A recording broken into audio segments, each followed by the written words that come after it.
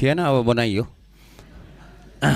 र पहिलो प्रश्न के छ भने म चुनावी सरकारको मन्त्री हुँदादेखि नै यो विदेशमा बस्ने नेपालीहरूले अस्तिको फागुन 21 गतेको चुनावमा पनि भोट दिने व्यवस्था मिलाउनु पर्छ भनेर धेरै कराएँ। विभिन्न राजनीतिक पार्टीहरूको संयुक्त सम्मेलनमा पनि कराएँ, अनि त्यसपछि के अरे क्याबिनेटमा पनि कराएँ, धेरै साथीहरूलाई कराएँ। त्यति बेला गर्ने भन्दै थियो, तर गर्न नसकिने भयो भनियो।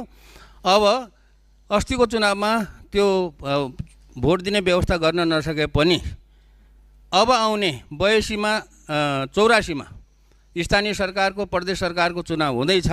त्यो चुनावमा करिब नेपालीहरू मोटामोटी यति भन्ने त एक्ज्याक्ट डाटा त छैन होला, करिब 30 लाखको वरिपरि नेपालीहरू विदेशमा काम गरिरहेछन् र ती सबै नेपालीहरू चाहिँ भोट दिने उमेर पुगेका नेपालीहरू हुन् र उमेर पुगेर नै काम गर्न गएका हुन्।